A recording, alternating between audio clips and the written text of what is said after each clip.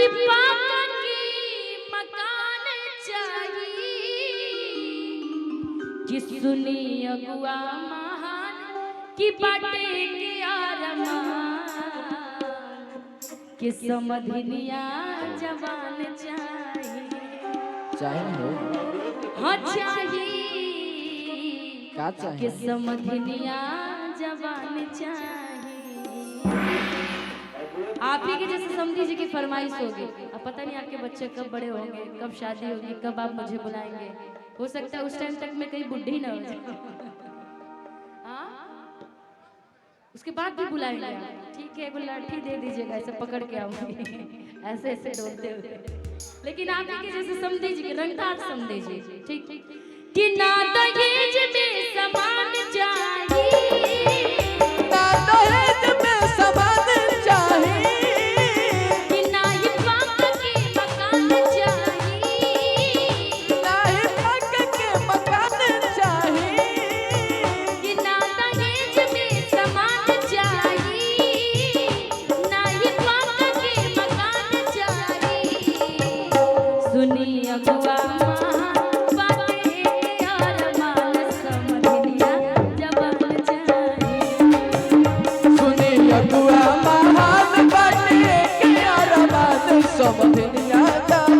चाहिए। ना दहेज में सामान चाहिए, ना दहेज में मकान चाहिए।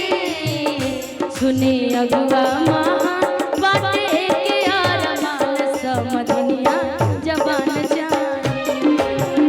सुने अगुआ महान बाटे के आरमान समधिनिया जवान चाहिए। इस गाने पे 2-3 गाने हैं। हो दर्द दिल के बढ़ा के गइल, दर्द दिल के बढ़ा के गइल, आई ही दई में वो हर 4 दिन खातिर बाकी हल्ला मचा के गइल, आई ही दई में वो 4 दिन खातिर बाकी हल्का मचा के गई। तू हमर जान हो, तू ही परान हो, तू हमर जान हो, तू ही परान हो, कहाँ तक काट के हम दे देंगे करे जाके। ये गाना जब मैं चलते रहिएगा, ये गाना जब मैं अमेरिका गई थी कॉन्सुलेट ऑफ जनरल की तरफ से, अपने भोजपुरी की तरफ से मुझे भेजा गया था यूपी बिहार की तरफ से, जब अमेरिका में गाना गाने के लिए अपने भोजपुरी यही सब मंगल गानों के लिए। तो मैंने बूढ़े बाबा को देख करके, वहाँ इंग्लिश का देश, अंग्रेजों का देश, मैंने एक बाबा से बोला, बाबा ये गाना ओनली फॉर आपके लिए। हो दर्द दिल के बढ़ा के गइल, दर्द दिल के बढ़ा के गई। मेला कमेटी के अध्यक्ष भरत राय जी के ड्राइवर साहब अपने गाड़ी में जाए, अनित तो उस गाड़ी का चाबी हमको दे दे, हम लेके चले जाए। मेला के अध्यक्ष भरत राय जी अब के ड्राइवर कृपया कर गाड़ी के पास चले जाइए। तू हमर जान हो, तू ही परान हो, तू हमर जान हो, तू ही परान हो, कहाँ तक काट के हम दे ही करे जाके गढ़ पे कभी हले जाके ले जाके, गरहम पे कभी हले जाके ले जाके, गरहम पे कभी हले जाके। तू हमर जान हो, तू ही परान हो, तू हमर जान हो, तू ही परान हो, कहाँ तक काट के हम दे दी करे जाके। जब मैं वहाँ गई थी ना, तो लोग बोलता है कि बाहर में ना पैसों को नहीं दिया जाता है, वहाँ डॉलर होता है अमेरिका में। और जब मैं ये गाना गई थी तो मुझे बहुत सारा डॉलर मिला था। वहाँ का 1 रुपया डॉलर अपने इंडिया का 100 रुपये होता है। बहुत बहुत धन्यवाद, और बहुत बहुत धन्यवाद भाभी ये आशीर्वाद के लिए। और अमेरिका में 100 रुपये डॉलर यहाँ के हिसाब से 8500 रुपये होता है। सोच लो भाई, 100 रुपया कोई देगा और अपने इंडिया का 8500, 8500। तो जब मैं गाई थी ना, और जब मैं ये सब गाना मंगल गाना गाई थी, तो बहुत सारा मुझे डॉलर ऐसे मिला था। जब मुझे 1 रुपये मिला ना, तो मैं सोची कितना किस्मत खराब है। 7 समुंदर पार 3 दिन का सफर करके मैं अमेरिका आई और 1 रुपये मुझे मिल रहा है। तो कुछ लोगों ने बोला निशा जी 1 रुपये अपने इंडिया का 100 रुपया है। हम बोले भाई भिक्षाम दे ही भाई, पंडित जी को भिक्षा दे। भले 1 ही रुपये मिल रहा है, हमारे हिसाब से इंडिया का 100 रुपये तो कम थोड़ी है भाई। आई हितई में वो अरे 4 दिन खातिर बाकी हल्का मचा आई हितई में वो 4 दिन खातिर बाकी हल्का मचा के गई। लेकिन मान लो जब तुम्हारी भी बेटे की शादी होगी ना भाई विकास भाई, तो तुम भी उनकी समझनिया को देख करके एक बात बोलना, मेरा दिल लूट लिया मिलके हुस्न वालों ने, मेरा दिल लूट के लिया मिलके हुस्न वालों ने, गोरे गोरे गालों ने कल कल बालों ने, गोरे गोरे गालों ने कल कल बालों ने, मेरा दिल लूट लिया लूट लिया लूट लिया लूट लिया लूट लिया, मेरा दिल लूट लिया मिलके हुस्न वालों ने, मेरा दिल लूट लिया मिलके हुस्न वालों ने, गोरे गोरे गालों ने कल कल बालों ने, गोरे गोरे गालों ने कल कल बालों ने। आई अगुआ महान बाटे के अरमान समझ दिया जवान चाहे, सुनी अगुआ महान बाटे के अरमान समझ दिया जवान चाहे। विकास भाई सुनना,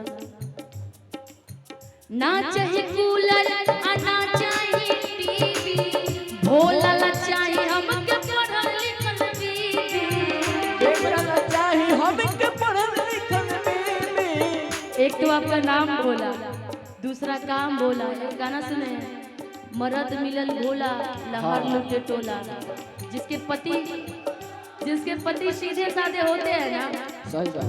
दुनिया सोचती है कह रहे देखो कितना भोला वाला है ना। भोला जी आपको ऐसे तो पत्नी मिल गई है, लेकिन सद्बुद्धि भगवान सबको दे। हम भी किसी की जिस दिन पत्नी बनेंगे, हमारी भी सासू माँ हमारा भी पति बेचारा पूजा करता हो तो अच्छी बात है नहीं तो भगवान जाने ना जी। ना चाहे कूलर ना चाहे टीवी, भोला ला चाहे हमके पढ़ल लिखल बीबी, बेटा ला चाहे हमके पढ़ल लिखल बीबी, भोला ला टीचर लग रही हो ना, तो पढ़ल लिखल बीबी ऐसी होगी ना भाई। हाँ। हमेशा हाथ में डंडा रहेगा सही बात। कि वो के रूप रूपवान चाहिए, वो के रूप रूपवान चाहिए, सुनी अगुआ महान बाटे के यार मानस समझनिया जवान चाहिए, सुनी अगुआ महान बाटे के यार अरमान समझ दिया जवान चाहे, डम डम डिगा डिगा मौसम बिगा बिगा, डम डम डिगा डिगा मौसम भीगा भीगा, भीगे मैं तो गिरा मैं तो गिरा मैं तो गिरा, चेहरा आपका सुभान अल्लाह है, चेहरा आपका सुभान अल्लाह है अल्लाह, चेहरा आपका सुभान अल्लाह। सुनी अगुआ महान बाटे के अरमान समझ दिया जवान चाहे, सुनी अगुआ महान बाटे के अरमान समझ दिया जवान चाहे। ना चाहे सोफा ना चाहे फॉर्च्यूनर, हमारी बहुरिया में सब हो के हुनर। हमारी बहुरिया हो सबसे तू सुन। अच्छा यहाँ पे किन किन की शादी नहीं हुई है जरा हाथ उठाएंगे, जेकर शादी नहीं के भाई लोग तो नहीं हाथ उठाएंगे, हाथ नहीं लोग के केकर हो गई बस शादी, कोई के नहीं के भाई, और बाबा भी के शादी नहीं के भाई। हे हरि नाम कृष्ण जगन्नाथ हम प्रेमानंद, बाबा भी हाथ उठा रहे कि मेरी शादी नहीं हुई है।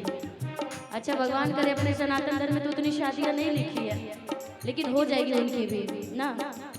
ना चाहे सोफा ना चाहे फॉर्च्यूनर, हमारा भैया के बीबी के हुनर, हमारे भैया के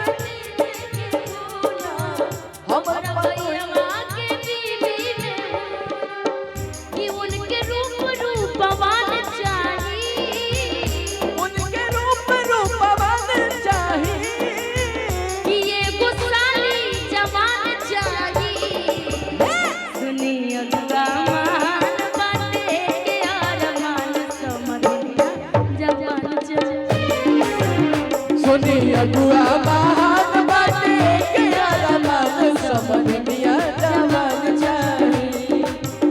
सुनी अगुआ महान बाटे के अरमान समझनिया जवान चाहिए।